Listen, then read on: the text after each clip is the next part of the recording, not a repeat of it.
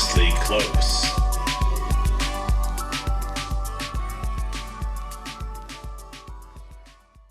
This episode was brought to you by William Mitchell Audio. I want to tell you a little story. A story about a boy. Now this boy, he was on the wrong track, and all he wanted to do was ride around on his moped and steal money out of ATM machines with his calculator and hang out with his friend who had a crazy mullet and he used to wear a jean jacket with the sleeves cut off. I'm telling you, this kid was on the wrong track. Not only that, the police were after him and they were coming to the arcade, trying to find him all the time. And I'll say one thing about his friend with the mullet and the jean vest. He didn't snitch.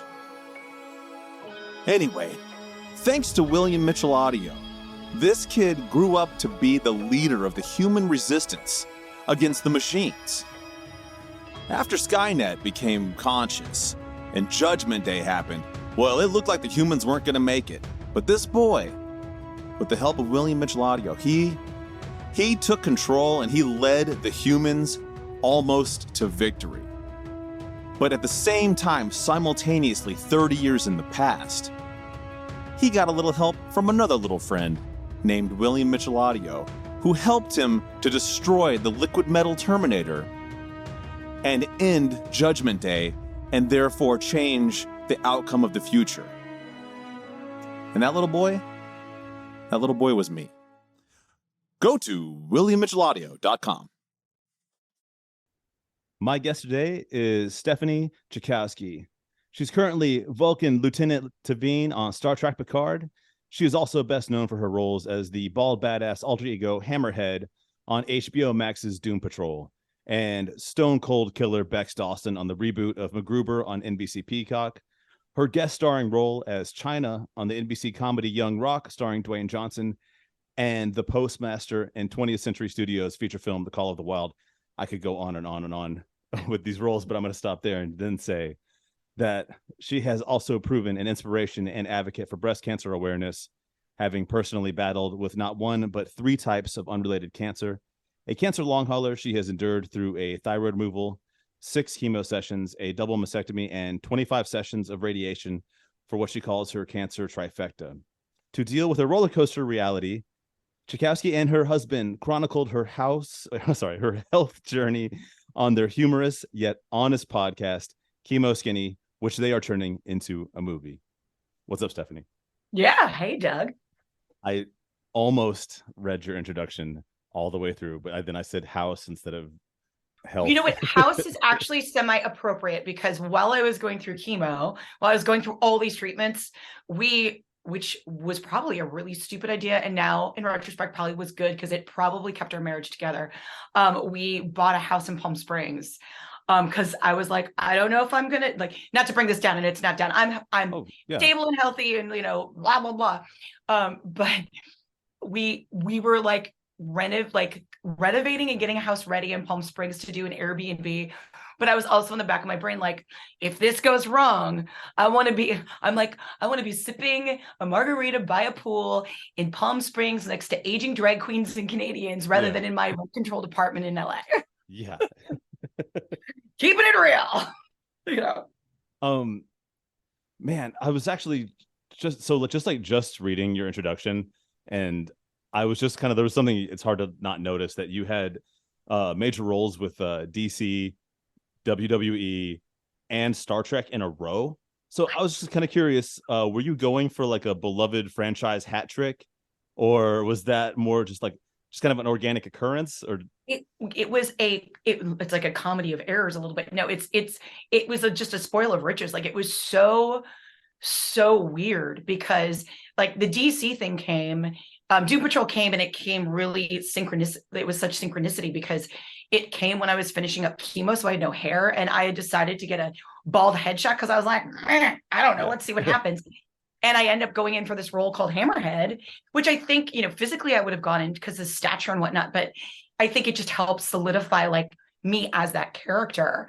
And then like everything else kind of came from it. The Chyna thing was semi out of the blue a little bit. And also I look like this, like I have short blonde hair right now. And I remember I have a friend who's a manager who shot me the breakdown and was like, hey, they're looking for Chyna. Remember when you used to get, because when I was younger, people I've actually had dudes at a gym be like, are you part of the WWE? Like they would hit on me because I'm 5'10" and I always call myself farm strong. I'm from the Midwest. I've always been broad. I've always had muscles.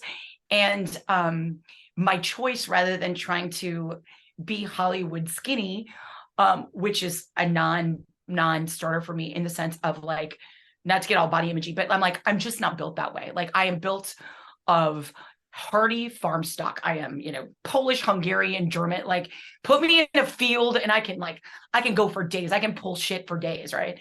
Yeah. So when this came down, because I used to have long hair, but I was like, oh, maybe. And we told my agent and manager, and I went out and bought a wig for the audition because I could conceive of how people could see my stature, even though I do not have the full, musculature that Chyna had, which very few people do. Yeah, but she was jacked. She was just incredible. And, maybe she was on roids, maybe she was not, but whatever. But I put a wig on, I had to put a wig on because it was, I wanted to take any, whatever out of it. But yes, to your point, I'm just like, oh my God. Now I'm just like, and now I'm a little greedy because now I'm like, now I want to click the Marvel and click that, I had a Marvel audition, I think a year ago, which are all top secret. And I didn't obviously get it, but yeah, but it's out there. So I'm hoping. That is super cool. How, the organic, you just got out of chemo and then you had you immediately, they had a role. They're like, this person doesn't have hair also. And then, I mean, also the Chyna thing, obviously I follow you on social media. So I watched your videos on the transformation because you have really, really talented people in makeup and and hair. And so you did become her. It was really, really impressive. So definitely. Well, thank you. Thank you. So shout out to the people that do hair and makeup, people. I feel often that, it's always like, we get to, as actors, we get to walk the carpet and be like, I'm in this, but the amount of people it takes to create anything, stuff that's amazing, you're just like, holy shit. But just to get anything made is so hard. And when you have really, really good craftsmen doing their work, it's phenomenal. I'm in constant awe of the talent that I get to work with and who get to put things on my face and stuff. I'm always just like, Jesus Christ, dude. I feel really lucky to be around those people because what they do is phenomenal. You also must feel pretty lucky too when you're on set of Star Trek because you're a Vulcan, which must be one of the most mellow of. I mean, if you're an alien species, obviously, if you're just a human, it's no big deal. But if you're gonna be an alien, Vulcan has got to be for hair and makeup. You picked the long straw because some of the other ones you must those people must sit in chairs. I don't mean it must be their whole day just to get. Oh yeah, Klingons. I'm not sure how long Dorn's makeup has taken, but it's taken they've gotten it down to a system, I think. But for a long time, it used to take hours upon hours. I actually, remarkably, my makeup and hair was about. It's somewhere between it's been so long I don't remember anymore. It feels like it's been so long ago, but my hair grew back. My hair was growing back, so I would come in. We'd have a half hour. I would get shaven down by my barber friend. I'd go and they shave me all the way down, and then I'd go to makeup, and then we would do the eyebrows because that I think is my big mistake. My makeup ended up being about, I think, sometimes 2 hours because we had to put silicone patches over my eyebrows and then put the Vulcan eyebrows over. And then you've got to paint everything to match. Yeah. So it's for it to look as good as it does, it takes a lot longer than people think. But I got to say, what's nice about it, having done other prosthetics, is the prosthetics that I did have. Some prosthetics you put on your face, I was in McGruber and I play a killer and I had my face burned off and they put this thing on that's me and my melted face. And you don't realize how it impedes your ability to move your face and expression. So it changes what you do and how you have to do it. And, just Vulcan ears is, basically the big thing is my ears stick out a little bit. We had to pull them back just a little bit because when we first put them on, I look like Dobby the house elf. Yeah. Like it's like at some point I'll drop those pictures because like they're literally like I'm ready to play an elf any day of the week. But this is a completely just out of the blue question that yeah. I hadn't even thought of until right now. But is there any kind of connection between when you played Hammerhead to playing Lieutenant Tavine? Like, were they just like, this person has a really like well-shaped skull for a bald character? Like, no, it's funny about it is I had come back from working on McGruber. I had hair, it was a little bit shorter than this.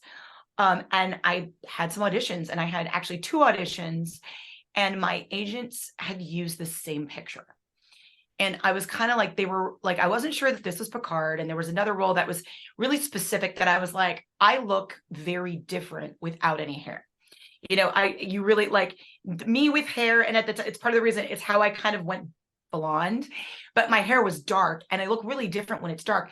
So I had shaved it because they were interested in this as a look, maybe. Yeah. And then I auditioned. I ended up booking Picard. I ended up going in and trying on, like they had Vulcan wigs for me to try on. So we tried on the wigs when I was doing my costume fitting and my hair and makeup fitting, or I was like my ear fitting. We tried on my ears. And before I left, I went down, they called and said, hey, Terry wants to talk to you. And Terry's a showrunner. And I hadn't met him before. And someone's like, oh, aren't you a friend of his? I'm like, no, I've never met him. And I was so kind of, there's that thing of like, this is the showrunner, they're the big deal. And you're kind of nervous because you're like, and he's just so chill, like, hey man, what's up? Blah, blah, blah. And I was like, so much, thank you so much. Like, because you just want to be like, I'm so glad to be here, blah, blah, blah. And he was just super chill and was like, so Vulcan, hair. Bald Vulcans, have there been bald Vulcans? What do you think? And I'm like, well, I don't know. I'm like, do I get to choose? I'm not. And do I get to choose? And he's like, yeah, let's talk about it. Like, think about it for a couple of days. Do you want to be bald? Do you not? We could do hair. Like, we've got these hairs. And so I went away and, did a deep dive in the first deep dive into Memory Alpha, et cetera, to go looking for bald Vulcans in Trek canon or in Trek movies. And there are some, and they tend to be older. I mean, Vulcans are supposed to live anywhere to like, they can live like 200 years or something. But the bald Vulcans you see, except for, Tuvok, like you see men with shaved heads, you don't see women. And we had determined she was a woman. But, the only real bald was, I saw Ilya. And so I came back and I was like, well, there are, and we're looking at, the year 2500, so why not? Yeah. And then I had also asked like, well, and also, it's been long enough. What if, if she's bald, what if there's a little Delton in her? Like, what happens if this doesn't necessarily play into what we're doing this season as far as Tavine's concerned, but as an actor person, I'm like, how can we make it even more interesting? And for me, I was like, well, how do you feel about what if, it was also kind of a little cover, I think. Like, it's, if people are like, there's not bald Vulcans, and you're like, well, she's part Delton, man. Yeah. Like it gives you cover, but it also adds interest to, for me to dive deeper into that character. So we just came upon it by looking at what was already established, if it would be feasible. And then I was like, yeah, I think we should do it. And he was like, yeah, let's do it. And it really is like, I remember walking on set and Jonathan Frakes being like, oh yeah, like, it's just a really striking, I am lucky enough, thank you, mom and dad, to have a really good shaped like noggin. My noggin's pretty good. And so to be able to utilize that, and also in that way, it's just an interesting, it was a really striking look. So I was like, yeah, let's do it, man. So that's kind of how it all transpired, as it were.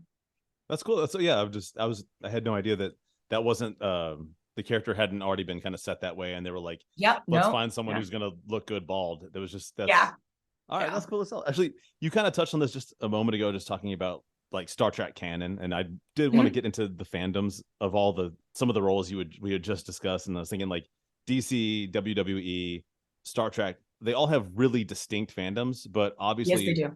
There's going to be some overlap, of course. And do you ever think there's probably some people that Doom Patrol was their favorite comic book, Chyna was their favorite wrestler, and like Next Gen was their favorite Star Trek, and you single-handedly like made all their minds explode? Like statistically, Yeah. I've run across I've run across like kind of streams that do cross. It seems to be no, there's a couple. It's weird. It's not a convergence of all three because I feel like the world would explode. But there has been like some crossover of DC Star Trek. There's been some crossover WWE Star Trek. Like there's been crossovers, but it doesn't thus far. I mean, the world is a giant place, so who knows? Of all three at the same time.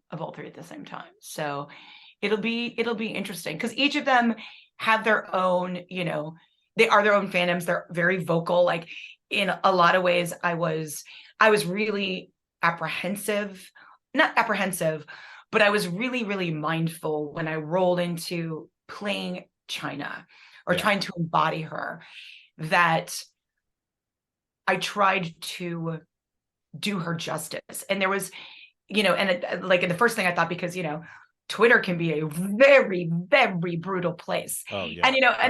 And there's been a lot of chit chat that I saw about, Young Rock and who they've chosen to play different people. And I'm like, but then there's, and there's both sides of the coin, right? Yeah. Because you want people who can do the work if you're going to have them wrestle, but you also want people who can act, and they aren't always the same people. And, and the thing about it is, it's like, even with like, no one seemed to have a big issue with my playing Chyna, which was good. But I was well aware that I'm like, look, I am not as big as she is. Like, I had 4 days. This was a 4-day turnaround. It was not going to happen. Yeah. Which I'm like, had I had like months, I would have been like, ah. I was there working with them. But also, I think it's important. I think as actors, and I think it's important to find their essence, to try not to imitate them, but to find the thing that makes them unique and try to embody it to the best of your ability. And part of the thing that made that a lovely thing for me, which I was not ready for, is once we had done the makeup and the hair, and I went out, my first scene was that low blow, was the ladder match. And they were shooting live in the basketball arena in Memphis. And so you walk in and you walk through, and there are all of these live fans who are both extras and actual fans of wrestling. And they see me and they're like, oh, like they're yelling at me like, Chyna. Yeah. And I was like, and you kind of get that feel of it. That's wild. So it's like being like in the real experience of the so actual surreal and so wonderful and exhausting. And also just being like, oh yeah, man, this is really, you really feel the love they have for her. And so that was really informative, because it made me feel good about the fact that what we were representing, at least as you looked at me, felt like Chyna. And then Marty, who's one of our stunt coordinators, is also a wrestler and worked with Joni. And he came up to me at one point and said, dude, out of the corner of my eye, I saw you and I so thought it was Joni. And I was like, yes. Because when that happens, you're like, okay, we're creating a little bit of magic, even if it's a microcosm in this larger thing. Because at the end of the day, it's like, it's about The Rock. Like, it's not about Chyna, it's about The Rock. So you want to be that part of it, in the same way that like Tavine is a Vulcan. It's called Star Trek Picard. It's like she's on the bridge, and we're going to try and fill that as much, but let's not lose sight of what the narrative is and what story we're trying to tell. You know what I mean? I really like what you said too about like, bringing the essence of the person. If you had had 6 months to power lift and just slam protein and take creatine and power lift and just get as huge as you could, like, but if you didn't go in with the, trying to bring the essence of that person, then it wouldn't, the magic wouldn't be there. So it is like, and I think that's, as the audience, you can feel that, like, when you're, when you really are channeling that essence, that's where the magic is. The magic is in like feeling like you're seeing the person, not just something superficial. Well, and I feel like, the thing about it is my friend on that show, my friend Kith plays Pat Patterson, and he's been on it since the first season. And we played husband and wife on a kids show called The Thundermans years ago. And we had a long conversation about that, because not only are you playing this iconic person in the WWE world, but you're also playing someone, in my case, you're playing someone beloved who has passed away. Yeah. So in addition to that, you were also, not only are you dealing with the fact that, you know, she is the ninth wonder of the world, she's iconic, but when people die, there's a certain thing that happens. Like even people, you know, like I remember my husband being like, you know, just because someone dies doesn't make them a saint, but there is a reverence that happens because you know you no longer get to see them again. Yeah. And so that there's an expectation there. And, you know, there's a lot of stuff that goes along with that. And, you know, I was just kind of like, well, I'm here. Let's do it. Let's just go. Like, let's go. And I think, you know, I keep crossing my fingers that they'll get a fourth season because I think it's a fun show. And I also would love to go back and actually do some more wrestling. Part of me's like, come on, I want to do some more wrestling. So did you work with choreographers, wrestlers, that kind of stuff, just to get the vibe to be? No, you know what's interesting is I watched the 1998 ladder match. I watched WrestleMania or SummerSlam. I watched SummerSlam over and over and over again, and it's specifically for her stature in that match, in terms of how she kind of prowled a little bit outside of, you know, the ring. And also just because it was still early in her career, she was basically, you know, Triple H's bodyguard, as it were. Yeah. So how she carried herself was, it was like this idea of an enforcer, and it changed a little bit as she started to have the light shine on her a little bit more. So I watched that. I watched the documentaries. I watched interviews with her. I absorbed as much stuff as I could. Like it was a binge. There's a new 30-minute biography on her that I want to watch that just came out. But I don't know if it's Vice, but they had some really good, you know, documentaries about her. And I just dug into as much stuff as I could find before I got to set. So it was like 3 straight days in between going to Graceland of just absorbing as much as I could about her and hoping that would help like sink into my body. Yeah. When we got to the wrestling match, they were so funny. They're like, "Oh, you'll be fine. You can do it." And I was like, I've never. And they're like, "Just do this." And like, yeah. I got some color. I actually cut my knuckle on the ladder, but I was like, bona fide now, man. Yeah. Bona fide. You shed some blood in the ring. Yeah, shed some blood. Yeah. So it was mostly like asking them, how do I get in the ring and stuff? And it was pretty much done right as we were shooting, like, because they had been rehearsing it. And part of me is like, don't I go to rehearsal? And they're like, you'll be fine. And I'm like, okay, great. I'm a fan of like, I like a little rehearsal. I like, especially with physical stuff like that. But, you know, I pulled it off. So it's fine. It's fine. Speaking of being a fan of rehearsal, or just, that's a dumb segue. I had another fan question. And yeah. I totally understand that. I know these are very passionate groups of fans. So yeah. Feel free to answer this question any way you want. But I was just curious if, you know, just with like your experience, you've met so many of these people, you know, and I was wondering who parties harder, like WWE fans or Trekkies? I mean, I've had more experience with WWE fans thus far. Like I'm just coming into the Trek fans. I had kind of my debut. I'm like a debutante. Yeah. It'll be interesting to find out because I'm actually going to WrestleMania, my first WrestleMania, in April. Oh, that's so cool. On April 1st, yeah. So I have a tendency to think, I tend to lean into WWE fans being harder partiers in different ways. Like I feel like WWE fans do a lot more shots. Like I think we light some shots on fire. Whereas I think Star Trek fans, I think there's a lot more cocktail culture going on a little bit. Like I think it goes back and forth. I think I'm always kind of like, what do they order? I used to work in a dive bar in New York. And I'm always like, I feel like Star Trek fans have a specific thing. They know what they drink, and they drink like hard shit. Like they'll drink like scotch or a rusty nail or whatever. And I feel like WWE fans are like, you know, give me a Pabst Blue Ribbon and a shot of Jack and we're good to go. So like, you know, which I frankly on both of those things, so I'm fully okay with it.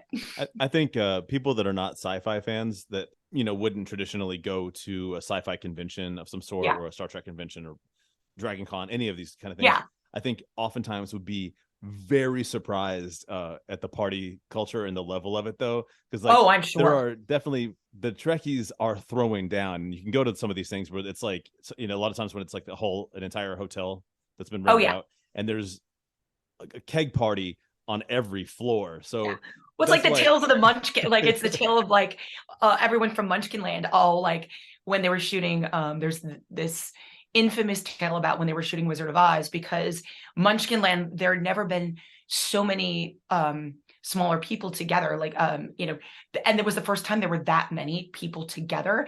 And it was like there was some hotel, and I think North Hollywood, and it was like orgy central. They were like drunk, and they were just like fucking, like they'd had the best time. First of all, that's amazing. I can't believe I've never heard that story, because it's a good that is story. one of the coolest stories out of Wizard of Oz that I've ever heard. And I kind of lost my train of thought. Oh, I was just going to say, party's harder, right? We were talking about the hard partying, and yes, I agree with you so much on like a lot of that. But also, I was just thinking with like, when I was thinking WWE, I was thinking like at the events, and I feel like a lot of people there are dads, you know, dads and moms, but like a lot of dads that I think are probably maybe ordering a couple beers and then trying to like, set a good example for their kids. So I wonder if the party actually gets toned down a little bit, just because probably. I mean, the biggest WWE fan I know is an 8-year-old boy. Who is just like, and he's just discovered it. And it's so interesting to see, because I remember like the early onset of WWE, and like then when Raw was really like hot and heavy, like, and so it's funny to see newer generations and how it's still going, like, in the same way that these, like, that things are cyclical and they attract new fans, because when I think of the original series, when I think of Captain Kirk, I think of my dad, and that was my entree. But like, I don't think of people, I don't think of kids now being like, oh yeah, I'm watching the original series, and being like brought in, but everybody's brought in different ways depending upon who they're around, And so it's just really interesting. And it's also so cool to see people who have this interest in this thing while being very different people. Like it's that commonality that I think about all of these things that make them really, really beautiful. And actually, you know what? I want to go back and just add a little caveat to something I just said, because I feel like I was speaking from my own experience in my own childhood when I said dads and all that, and I realized, that's things were a lot different in the 90s, and and wrestling was a lot more. It was just directed at boys. So like, but I mean, I know that things like, obviously times are changing, they're changing for the better. And there are so many more like girls into wrestling. And so obviously, so me doing the whole, making that male, that was an unintentional kind of like from my own childhood thing. And so I just like to go back and just be like, here's the thing. You're just like, hey, I realized that just came out because of my experience. It's fine. Like, well, and it is like when I think about stuff like that, and I think about Chyna, like to that point, Chyna being the first female we saw, but also her like entry song was like, not quite a man, not quite a woman. Like, I was having a conversation with a friend of mine, and I was like, when you really think about it, because people were like, I don't even know what to do with this because she's strong like a man. Like, but strong like our ideas of what these things should be. And I'm like, and as we're starting to talk about like gender roles and gender roles in society and binaries, and like what, is traditionally these things, they're all getting blurred, and they were already getting blurred there. It's just, I think, where people are finding comfort in when they're not. But it's, it's all of these things that exist for us to, to expand, hopefully expand ourselves a little bit, push us gently out of our comfort zone, and realize that, we're all just people trying to figure it the fuck out, we are all only human, and we're just doing our best. We're just trying to figure it the fuck out. Everybody's just trying to figure it the fuck out. Hold up. It's time for an announcement. You know what I love? If you answered James Cameron's 1986 cinematic masterpiece Aliens, starring Sigourney Weaver and Bill Paxton, you're technically correct, but you're wrong in this context. What I was going to say is what I really love is having the energy and motivation to be productive all day, especially without the anxiety and edginess I get from too many energy drinks. So, I've been drinking a shot of Magic Mind in the mornings before me and my dog go outside to pee and bark at the neighbors. Well, my dog does that. I mostly just supervise. And thanks to these little green shots, I'm already in the right state of mind for a productive day. And I feel better in the mornings and more chill throughout the day, thanks to the adaptogens that boost my mood and help me relax. And I've already got my Twitter feed to stress me out and raise my blood pressure, so I shouldn't really add a bunch of Red Bulls to that. That's the great thing about the ingredients in Magic Mind, like matcha.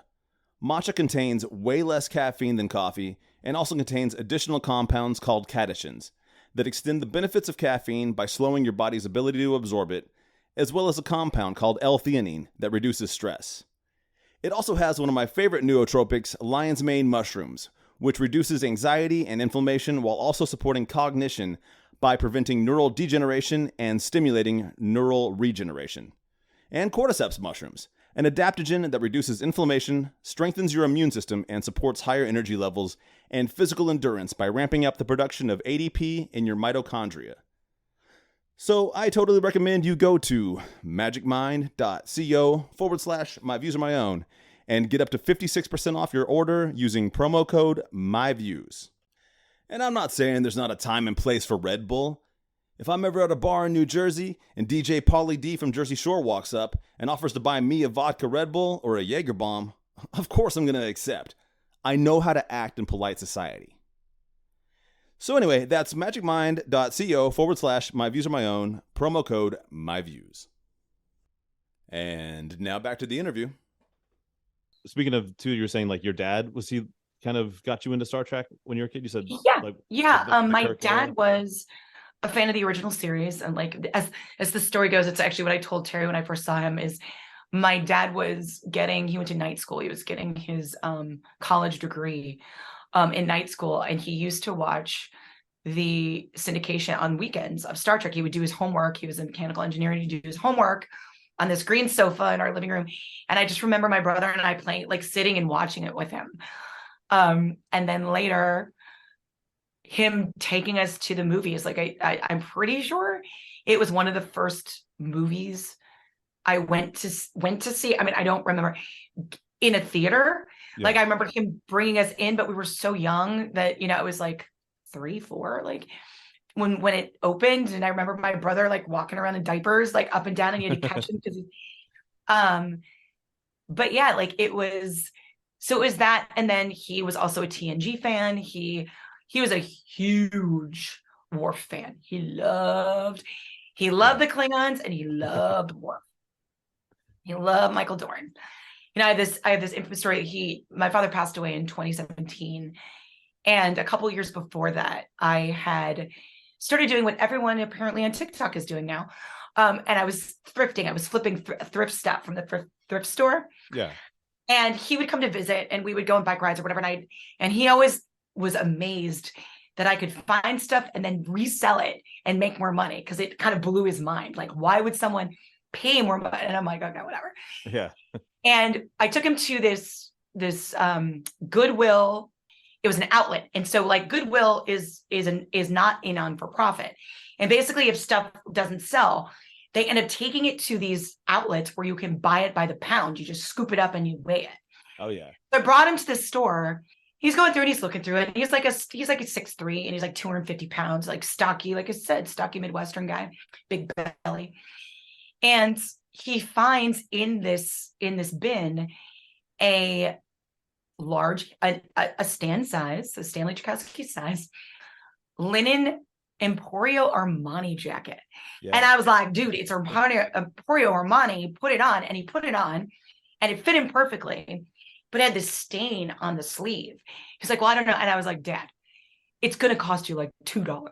Like, do you know how much this jacket is? Like, it's a nice jacket. And, we're talking about a man who had retired to Vegas, and his entire wardrobe was mostly jogging pants, jorts, and like short sleeve button down flame shorts. Like that was his aesthetic. He sounds like a really, really cool guy. It's pretty fun. We take it home and he tries it on. He's showing my husband, and he reaches inside the inside pocket, and on the inside pocket is a piece of paper. And when we get auditions, it comes through an email. And oftentimes if we're going to go to a casting office, we print it out. says the project, says the agency, says our name. And in that pocket was an audition call, a casting call from Michael Dorn. Oh my It was God. Michael Dorn's fucking jacket. So this man, this 67-year-old man is like, like if he could clutch pearls, he'd be clutching pearls. Wow. He's so excited. Wow. So we managed to get the stains out. Dry cleaner gets them out, takes it back to Vegas with him. And he's on Match.com because he's also a single guy. My mom divorced, and he's going out with women, and he's asking, he's like going out with them, and he's like, do you know Michael Dorn? Worf from Star Trek? This was his jacket. That is and wild. If they're not impressed, then it's like a check off the box. So he wears this jacket everywhere. My brother turns 40 years old, and we have a surprise party, and my father flies back into the Midwest where, I got to high school where my brother lives, and where he had worked until he had retired, before he had retired and moved to Vegas. And it's 5 degrees out, but that motherfucker wears the Worf jacket. He wears a linen jacket with a blue shirt to this Christmas party, so he can be like, this was Michael Dorn's jacket. Like, it gave him such joy. And, he passed away. And he was cremated because my brothers and I talked about it. Like when we were going through stuff, we're like, well, if he had been in a casket, he would have been buried in the Michael Dorn jacket. Yeah. But, it's amongst, we have some of his flame shirts, but is the one thing, like the one of the items of clothing we kept that jacket. So when I booked this job and I found out Michael was going to be on set, I was like, we were in it for a while. And the guy, and Hugo, who does my makeup, also does Michael's makeup. And I was like, I have to tell him this story. And prosthetics trailer's like, oh my God, you have to tell him this story. Now I told him that story and then told him my dad died. So you always want to start with like my recently deceased father. Otherwise it's a happy story that just like, it brings it down. So I told him a story, and I just, Michael was on set. Like I kept missing him, and there was never a time that was right to, so I just waited. And at the premiere, I went up to him at the after party, and we were just talking, and I was like, blah, blah, blah. And I was like, Michael, I have to tell you a story. I will try to keep it as, short as possible. And I tell him this whole story in a very rapid, I had a couple drinks. So it seemed like I was very conservative with my word usage because I wanted to, keep it. Yeah. And he was like, do you have a picture of that jacket? And I was like, I do. And I showed him the pictures of my dad. And Michael goes, he looks at the jacket. He's like, I remember that jacket. That was a good jacket. He's like, I used to be a bigger guy, and I bought all my stuff. I'm like, I know. And I'm like, here's the thing. You are a bigger guy, but I will tell you, we still have that jacket. So if you ever want it back, it's there. It's stains gone. Oh, wow. He was just lovely. It was such a lovely story to be able to relate. And so, and so when I booked this gig, it was such a, like in its own right, like my father was very rational. He was a mechanical engineer. When I decided I wanted to be an actor, he was not particularly excited about that. I think mostly from a logical and fiscal perspective, because you're just like, how are you, up until he passed away, I also I've taught fitness classes for gyms for years. And he was still like, when I actually made money doing it, when I actually got my first job, he was kind of like, oh, okay.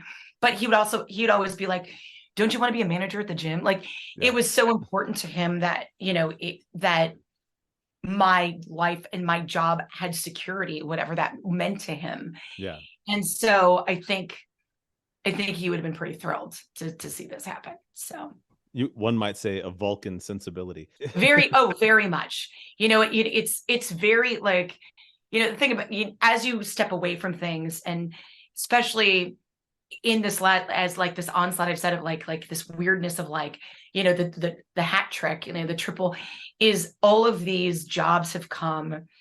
And when you're working on them, you realize that not that they come for that reason, but there's a part of yourself that you get to explore, or, in this journey, like this Star Trek journey is kind of an homage to both my parents and like the duality, like it on a deeper level. Like I realized that, but I realized it afterwards. Like when you're like starting to talk about, oh, blah, blah, blah, what you did. And you're like, oh, that's why I did it. Interesting. Because it has that connection, you know? I love stories that where there's a through line and it's just one like kind of happy accident after another. Cause like, obviously, I mean, taking him to like a thrift dig world is a place he would never go to, where he discovers a jacket that he would totally wear that fits him. He puts it on. It belonged to Michael Dorn, and then just a short couple of years later, you are face to face with him, and you could share the story. And I do want to say one thing too. I have a cousin who is a veteran thrift flipper. Like she is. Oh, okay, yeah. She's been doing this since way before there was TikTok, and she's a pro. And I've seen her pull some amazing treasures. Some things like a lamp that looked like some just any old piece of trash lamp actually ended up being created by some famous designer. Outrageous. She paid like $2 for it. It was worth absurd, you know, all that stuff. But I will say that your story of the jacket, that is the best thrift store treasure story I have ever heard. Yeah. Well, thank you. Thank you. Yeah. It's funny because like I'm like, I have a bone to pick. I've never done it. Like I'm on TikTok now a lot, like, and I've never done one of those, what do they call them, where you like react to the person? Because part of me is like, oh, I've done one maybe, but I'm also like, unless you're like amplifying them and saying, yeah, like tearing them down just seems like, I don't have time to put that kind of energy out in the world. But whenever I see the videos, I'm like, let's go to the Goodwill and look at on eBay, it's this much money. And I'm like, bitch, it may be listed on eBay for that much money, but you have to go to the part where you find out how much it's sold for. Because you could list it for $1 million. It doesn't mean you're going to make that. Yeah. And it's always like my thing where I'm like, you're leaving out a part, you know, whatever. With your permission, I'd like to go into just a little bit of Star Trek philosophy, if that's sure. Some of my favorite things about Star Trek are the philosophical ideals that it implies, you know, within kind of like the strict parameters that, you know, that are necessary to make a television show. You know, that's there's a lot. But I feel, you know, it's the kind of thing, like sometimes you can make the most incredible art when you have to make it inside of a box, and that's exactly makes you be a lot more creative. Yeah, exactly. And this ties into the things you're talking about with your dad, the original Star Trek and Kirk and all that. And I was just wondering, do you think that the modern Star Trek still carries the utopian ideals of the original show in the way that kind of people in the 60s, how they saw it that way? I think that there is a utopian ideal. However, I think it reflects where we are as humanity, because Gene Roddenberry was always really good.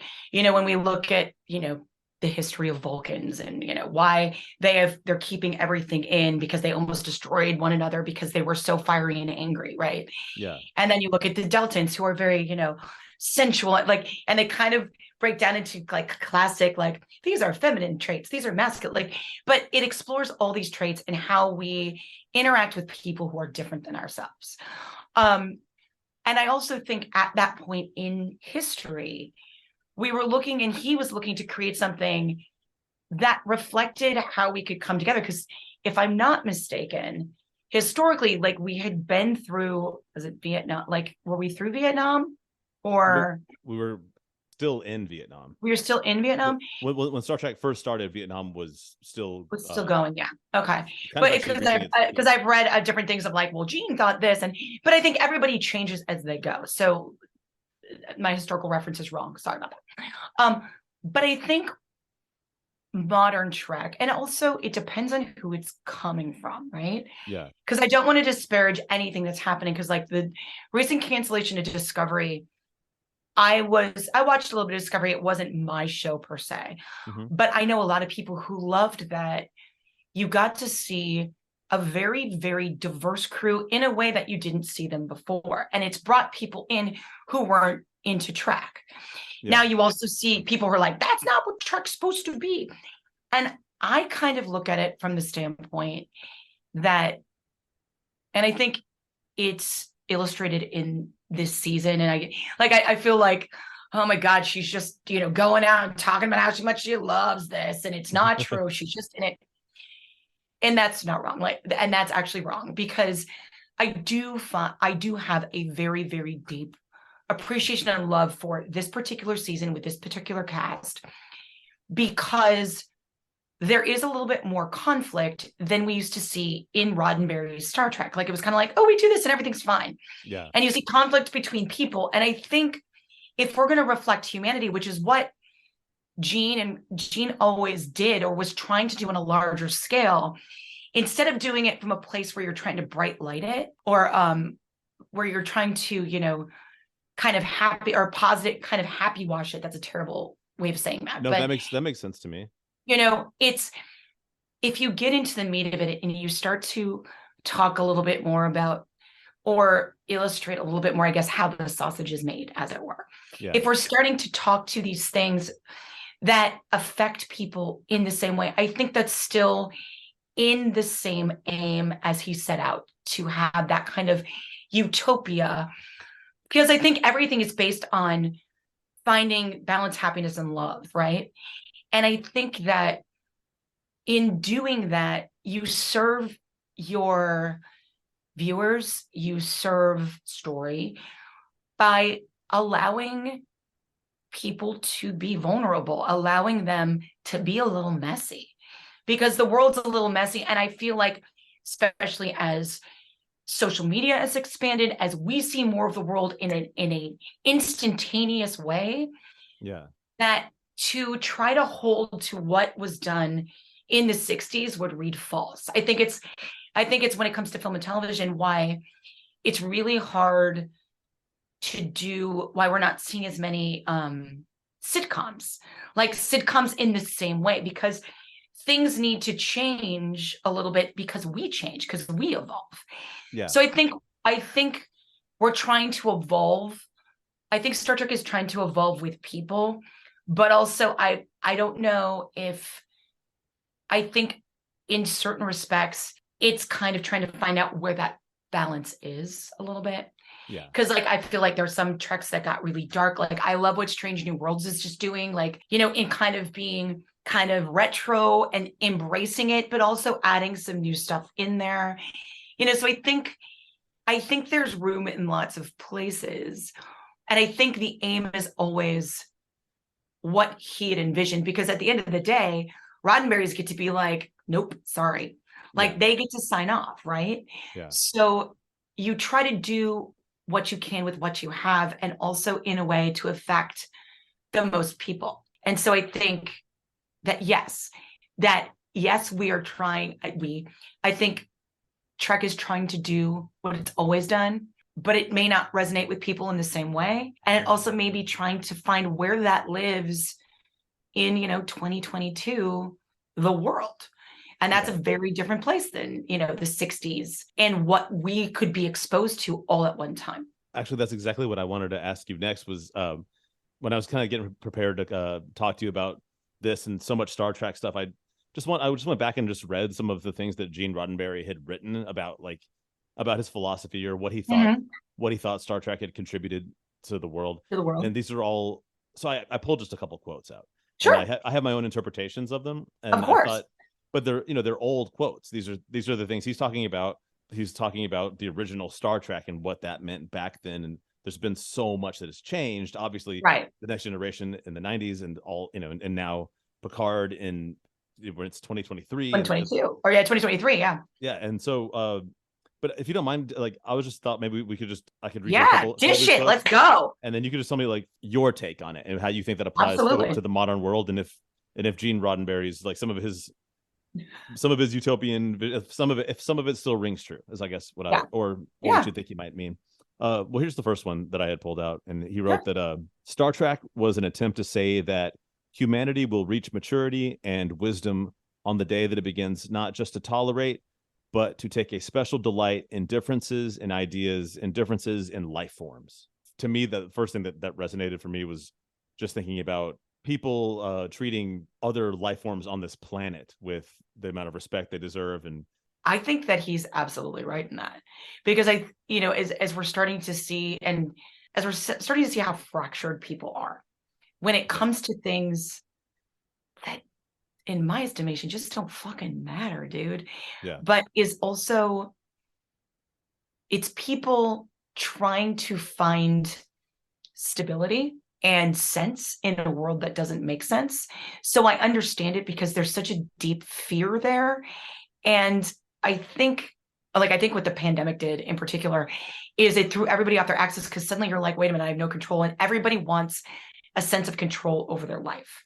Yeah. I can say that going through 3 cancers was just like, no, bitch, you're just on the ride. But there is an utter delight in opening up yourself to things that you didn't know. Like I personally feel that a curiosity towards learning towards other people is a thing that brings joy. And I think where we get stymied is that people feel like, or they've been raised to believe that they should know the answers. And I think the older you get, if you're open to things, you realize, like, the older you get, like they say experts, there's that, what is it? Dunning-Kruger. You get to a tipping point where you know so much about something, you realize how much you don't know. Yeah. And I feel like there should be a little bit of peace in that, because if everyone was just like, oh, okay, we don't know everything, but like I just feel like right now we have so much like, well, no, it should be this. And so it's creating a lot more conflict than I think needs to be. I think Jean's absolutely right. Like, if everyone could just like take a chill pill and just recognize that just because something isn't like you doesn't mean it's good or bad. It just is, you know? I think he's 100% still on that one. Yeah. And when you brought up Dunning-Kruger too, that is probably one of the worst things we face on a mass scale, is so many people who don't know shit about anything that are convinced that they are experts on everything. It's well, it's watching, I literally have a friend who's a spinning instructor with me, who is an infectious disease expert, like helped develop PrEP for HIV and was very instrumental in working on the Moderna vaccine. So it was so interesting to watch everybody I know deal with it in different ways. And then I would go to him because I'm like, look, man, you've devoted your life to studying infectious disease. It's science. Things are going to change, but I'm going to trust you because I feel like you know what the fuck you're talking about. Like, I am willing to give credence to people who have spent their lives invested in something. I mean, because part of me is like, if you don't a little bit, I'm like, ugh, that means the burden is on you to know everything. And God, how exhausting must that be? You know? I want to agree with so much what you said, but I have to go back one to like probably out of everything you just said, probably the thing that you were just mentioning. But I just wanted to say I was a spin instructor for like 10 years. Oh my God, really? Yeah. So it was just funny when you said that you were a spin instructor and you had a friend that was doing that. I was like, oh yeah, that was actually I had that job for 10 years. Oh my God. What was your favorite thing? What was your favorite song to play on your playlist? Can it be a cool down song? Yeah, totally. When I first started teaching spin, like Skrillex was really, really big. And I had Scary Monsters and Nice Sprites that I would play. Like, nice. I'd play all that shit, during the class. But then at the end, there's a song. I'm blanking on the name of it, but it's the last song on the album, and I think it's called "With Your Friends." And I don't know. It's probably my favorite. And then also, Power Glide. That's a good song. I'm like Power Glide. I'm gonna tap you. I'm gonna send you an email just to remind me. If you have a Spotify, so I can slide those into my playlist. I literally still have a bunch of my spin Spotify playlists still in my phone. I will go look for you on Spotify because I'm like, sometimes having to make a new playlist. I'm like, ugh. My students are very tired of hearing Unstoppable right now. My last job teaching spin was a few years ago. It was right before the pandemic. It was literally the year before, and the gym that I was working at, one of the places I was working was World Gym, and and it was a perfect bike ride from my house. I would make the class on my actual bike on the way there. I love it. So I'd make the playlist and then I'd ride my bike there and decide what the class was. And then when I got there, I was pumped, and I usually would teach about 3 classes. So nice. The great thing about that too is I was in really, really, really good shape. And then I mean, that is the best job hazard. Like, I'm in cardiovascular health. Like, it is definitely a nice part. People are always like, well, you work out. I'm like, yeah, sometimes it's too much. Sometimes too much of something is too much. Yeah. Can we do another one more? Yeah. I was like, so go back to the Roddenberry. Yeah. Sorry. No, I had a bond with you over a job. Okay. No, that's totally fine. You know why? Because we are people in the world. And we're allowed to do that. Yeah, exactly. And this is probably what I think the point of this one is. He wrote, if we cannot learn to actually enjoy these small differences, to take a positive delight in those small differences between our own kind here on this planet, then we do not deserve to go out into space and meet the diversity that is almost certainly out there.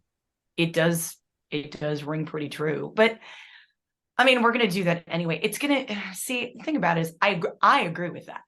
But I also feel like I'm on the, this is one of my favorite things, is two things can be true at the same time.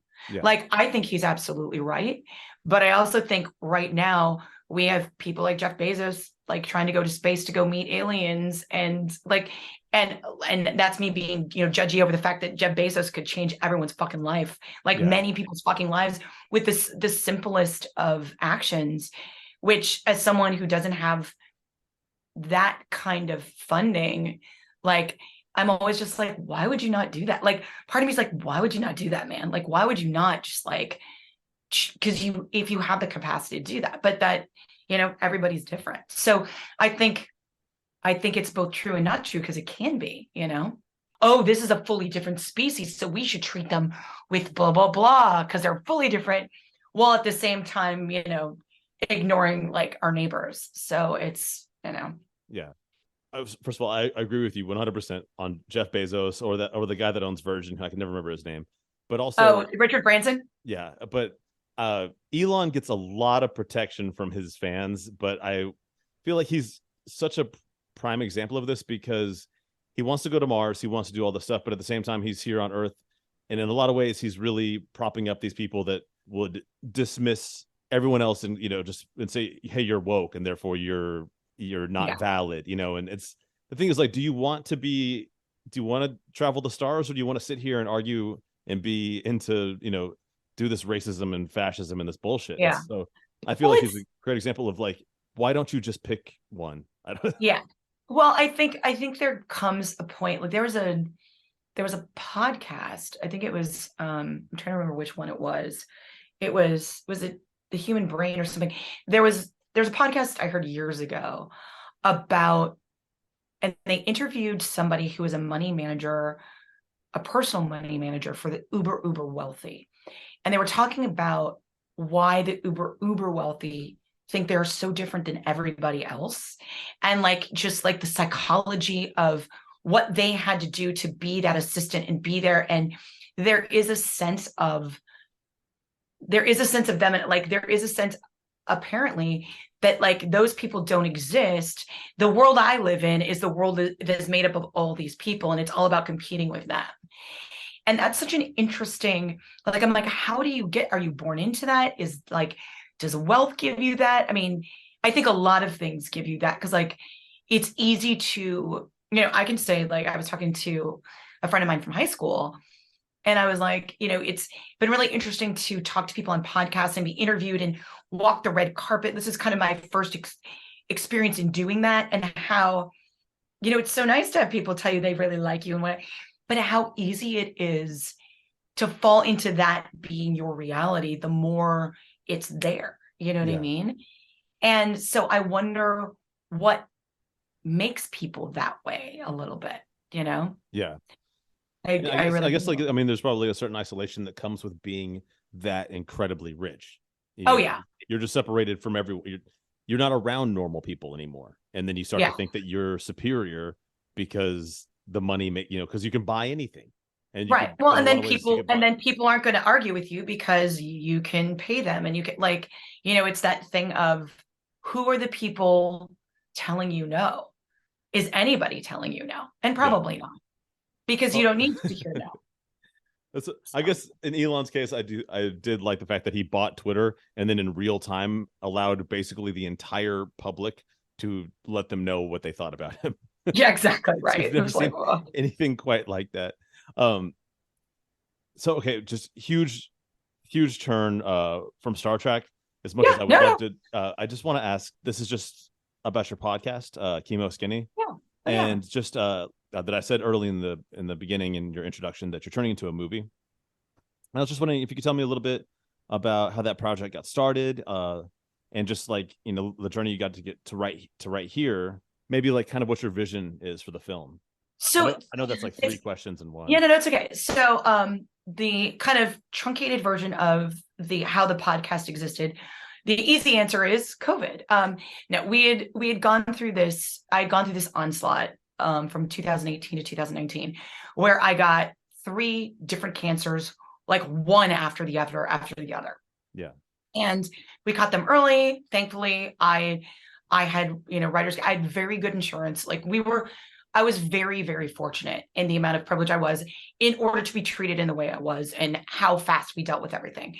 So for us, what became kind of the focus, in addition to, you know, me not dying, which is, you know, one of those things, is when we got to the end of it, like throughout it, I just started writing a blog, and I had my husband write a blog as well. So we started this blog that was talking about what we were going through, partially because I wanted to give everybody information, but I didn't want to have to repeat the story over and over again. Yeah. So I felt like if I created something that could be dispersed to the people I wanted to tell and other people who are interested, like, because you have your close friend group, and you also have people, you know, and it expands from, you know, from there or whatever.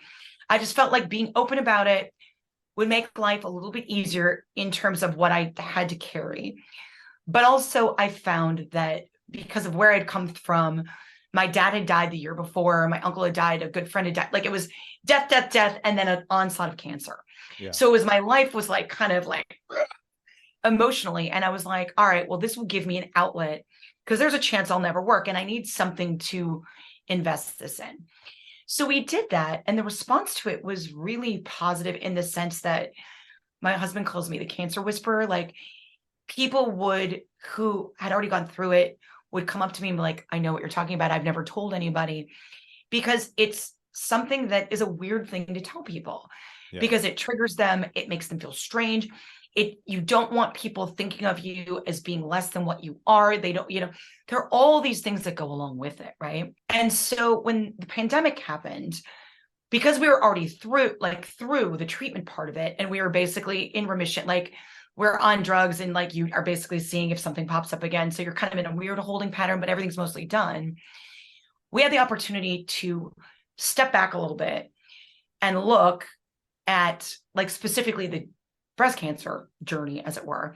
And so what we did is we went back and we did where it started, and we broke it down into like a 30-minute podcast of, you know, what happened, how we felt at the time, and now having some distance, what we wish we would have known, hoping that we could tell people or put it out there. So if someone was going through it, it wouldn't always just be medical stuff. Because what happens is you get onslaughted with all the things that are going to happen medically, but no one talks to you about quality of life and what the fuck happens with your partner, and the fact that, like, you know, these drugs like kill your sex drive, and how, like, and, you know, does your partner want to have intimacy? Like it's a lot of stuff that kind of blows up the middle of a relationship, and no one ever talks about it.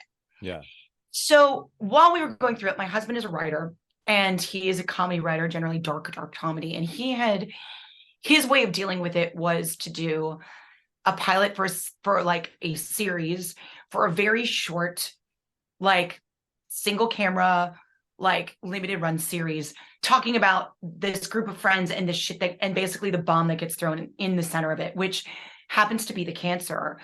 But to talk about it, not so much in the way that we see narratives about cancer being, because most of the narratives about cancer are, she has cancer, will she die, will she, like, it's always these big, it is always life and death. But again, it doesn't seem that we look at people with cancer as being actual people. And so, like, we had done that, we had actually pitched it. It was with Vice for a little while, and then like the pandemic fully rolled in, and no one wanted, I know it's a shocking thing, no one wanted to buy a half-hour comedy about cancer while people were dying of this disease we knew nothing about, right? So in the midst of that, my husband, Colin and I were like, well, maybe we make it a film. Maybe we just, shorten it and we turn it into a film, and then try to go and get funding for it. He had done an independent film. He's Canadian. I'm technically Canadian.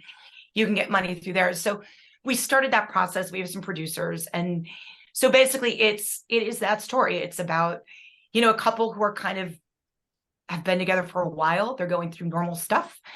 And she gets a breast cancer diagnosis and you go through it with them. It kind of feels a little bit like The Big Sick. But it's basically, it's a relationship romantic comedy about like what happens when, we always talk about like what happens when a baby blows up your life or this blows up your life. Well, what happens when a cancer diagnosis blows up your life? And we focus, and the focus is not on the disease is there, but the focus isn't about the disease. It's like, okay, well, how are we dealing with it? And when it's over, then what? Like, what are we doing as a couple? So, and it has, funny anecdotes from our actual story, like, the fact that there was a dog in my pre-op room, which was charming. Just like weird, kind of stuff like that. So, like, what are they called? A service dog? Like a dog that's supposed to make you feel good? Like, yeah, I think so. It didn't make me feel good at all. Oh, okay. I was like, dogs belong in places. This is not one of them. Yeah. This is not one of them. So yeah. So it's an interesting thing too, because I don't know if it's interesting but we as people, me and my husband and our friends, we tend to give each other a lot of shit, right? We tend to like, we talk about stuff and we forget when we're not around our friends, and my husband will be like, well, when you die and I get a boat, I'm like, that's right. Like, we'll give each other that kind of shit, and we have that kind of relationship. And, these characters are loosely based on us. And so it's an interesting thing to send the script out because it's gotten really good response from actors. But when you're going to money people, it's still about cancer. And if someone has gone through cancer, their world and their response to you is colored by their experience with that. Yeah. And, and we've gotten feedback like, do these people even like each other? They talk to each other like, so, and I'm like, yeah, because their way of showing love is different than other people's. So it's a kind of a work in progress. Like, we're the last couple of years, I've been busier with other stuff. He's been busy with other stuff. So it's been a passion project, pick up, put down situation. And, I feel like we will, if it's meant to be a story that's shared on a larger scale in that way, we will meet the people we're supposed to do. You just keep talking about it and hoping that it's something that would resonate with people. Because here's the thing, it is not going to be everybody's cancer story. Like, and that's the thing, like it's about these people, but there are commonalities, and that's what we wanted to talk about. So that's, and that's not everyone's love language, like you were saying earlier. No, exactly not. Yeah. I mean, there's there are undoubtedly, we've tendered up their relationship, but it is like getting a thing back and being like, he's not doing enough for her. And he's like, and I'm just like, oh God, because everybody has an opinion about what should happen, and we kind of wanted to try and maybe speak to that, and maybe it'll work, maybe it won't, maybe it'll, I think it would have been cool to do something with Vice, but I think it sounds a lot cooler to do this in film format. And so I don't know, we'll see. I kind of feel like cancer in particular, because diagnostics and medicine is getting so good at detecting, and we're not necessarily great at curing, although we're getting a lot closer with a lot of things, that we're going to find that there are a lot more people living chronically with cancer. Like, I am a person who is going to be living chronically with cancer. Technically, I have cancer, everything's stable, but it could pop up again. I'm in very good health. I teach classes, blah, blah. And it's different narratives about what used to be only a death sentence. And I think it's important to start talking about stuff like that, because more people are going through it. And in the same way we're starting to talk about mental health, I think that the more we normalize things that are uncomfortable, the easier we start to, I think the conversations become a little easier. And so the burden is not as hard. And also, maybe we start helping people, and we start as a collective on a larger scale, and, insurance companies, governments, I don't know, I can't get into that bullshit, but but just also just starting to find the places where we can actually acknowledge one another's. Let's go back to Gene Roddenberry. Yeah. Acknowledge one another's differences, but also find the commonalities and work together for the common good, you know? Yeah, I love it. I mean, the whole idea sounds fantastic. I've got to tell you something. Yeah. We're getting dangerously close to the lightning round. Oh. So I have to tell you how the lightning round works. This is the part Yes, please. where I ask you questions super fast and no time to think. You have to go completely with gut reactions. This is not a cerebral, intellectual exercise. This is totally Please don't be Star Trek trivia. I will fail miserably. It's not Star Trek trivia, but it is working within the world in the parameters. Okay, all right, all right. Well, just of imagination. This okay, is cool. Yeah, that's fine. Basically, it's what you would do with a holodeck based on the prompts that I give you. Okay. Are you ready to start? Yeah. I have a feeling you're gonna win. Okay. All right. The first one is: if you could turn any board game into a 3-dimensional holodeck experience, what game would you play on the holodeck? Oh, Mousetrap. Oh my God, I can't believe you said Mousetrap. That's the game I would have said. And then also, co-producer Colleen was with me when I was putting a lightning round together, and she yelled out Mousetrap. Because that basket, all you can think is, but like, how much fun would it be? Like, it would be like an adventure game, right? I think we were all affected too by like the commercials from when we were kids, because they always showed Mousetrap as basically something that would be a holodeck type game, because like you could run around in it. Okay, that blew my mind. So I'm gonna go ahead and say that answer is correct. Excellent, excellent. Okay. Here's a good question for an actor. If you could reenact any movie on the holodeck, which movie would you reenact? Oh, Star Wars. Star Wars, the original. No, I would do the fighting scene in Empire Strikes Back between Luke and Darth Vader, but I'd be Luke. Okay, that'd be awesome. Yeah. I just cross-pollinated, but you know. Oh, well, it's a holodeck. You can do anything you want. I know, You just program it in. Okay, this one is gonna get. This is a really. I feel like this might be the toughest one, but it's just really, it's whatever you think, and it's a gut reaction answer. I know. Would you rather have a 3-week vacation in Cancun, all expenses paid, just totally kicking it back, or a 3-day vacation on the holodeck? Holodeck. Hell yeah. Duh. Yeah. I've been to Cancun. I've been to Cancun. It's fine. It's fine. I just my biggest memory of that is the Papa John's pizza kids on their bikes going back and forth. Yeah. And my brother buying Papa John's pizzas. I've never been to Cancun. It just kind of popped in my head as like a vacay spot, but I was just thinking, I don't know, maybe I went like a little low on how long that vacation was. I was like 3 weeks. I think maybe for a lot of people, like a 3-week vacation sounds so much better than 3-day, but it's the holodeck. Yeah. I mean, holodeck, man, you can do anything. 1 day would be a lifetime's worth of vacation. I know. Okay. Here's a pretty gnarly one. If you could use the holodeck to take any band members from any bands and put them together to create a virtual supergroup, what band would you create? Oh my God, that's so hard. And I'm so bad at music stuff, but I'm going to go Janis Joplin. I'm going to pull Janis Joplin, and I'm going to pull the backing. I'm going to pull the Stones with her, but not Mick Jagger. But then I'm going to throw Paul McCartney in there. I'm just going to do that. Okay. And it's going to be. Would he sing duet with her or something?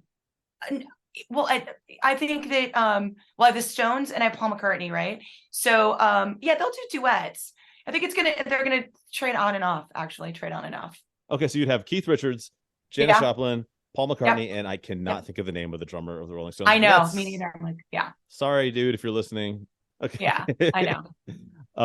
So this wasn't part of the question, but what would you name the band? Red Wings. Okay. I'm just taking it off of like Paul McCartney. I'm like, Wings. Was that? It's whatever. Yeah. Okay. Last one. I failed that one. You can fail me on that one. No, you still have an A. Okay. I was adequate. I think it was adequate. I think that's like a B. Anyway, go on. Okay. Maybe not the best band name, but good band. Okay. If you could use the holodeck to recreate any historical moment and participate in it, which historical moment would you pick? This is really creepy and gross, I guess. But I would love to be at the Salem witch trials. Yeah, that'd be wild. What, Yeah. would you just like be one of the mob or? No, I think I'd be like one of the witches. Like yeah, but like not on the stake. Like I'd be in and around. Like if we were like it's weird because you can't be like it's this particular day. So that's we're looking at like a period of time, I guess, than an actual like event like the Boston Tea Party. But yeah, no, I think it'd be really interesting to do that. It would be like, and also it would be like the AI of the holodeck would be recreating it based on how it understands history. Exactly. And also I'm unclear on whether or not you can feel pain on the holodeck. Like I don't actually know if that's I don't know that. I cannot answer that. So well, hey guys, if you're listening and you know the answer, I would hope so, but shoot me a DM. Stephanie, I have one last question to ask you, and it's the most important question. Okay. Just where can people find you, listen to your podcast, check out your shows, and just like all the amazing stuff you're doing? How can people check out everything that you do? Easiest tags to get me at I'm Ski Says, SKISAYS. On Twitter, that's my handle on Twitter. It's my handle on Instagram. If you can spell my entire last name, I have a website that you can go and like see stuff. And the podcast is called ChemoSkinny. You can get it on all the places you get podcasts. Awesome. And yeah, guys, if you don't know how to spell their last name, it will be in the show description. So yeah, very easy to find. Cut and paste. I mean, copy. Exactly. Yeah, exactly. I'm like CZAJKOWSKI. Yeah, Stephanie, thank you so much for being here. This has been great.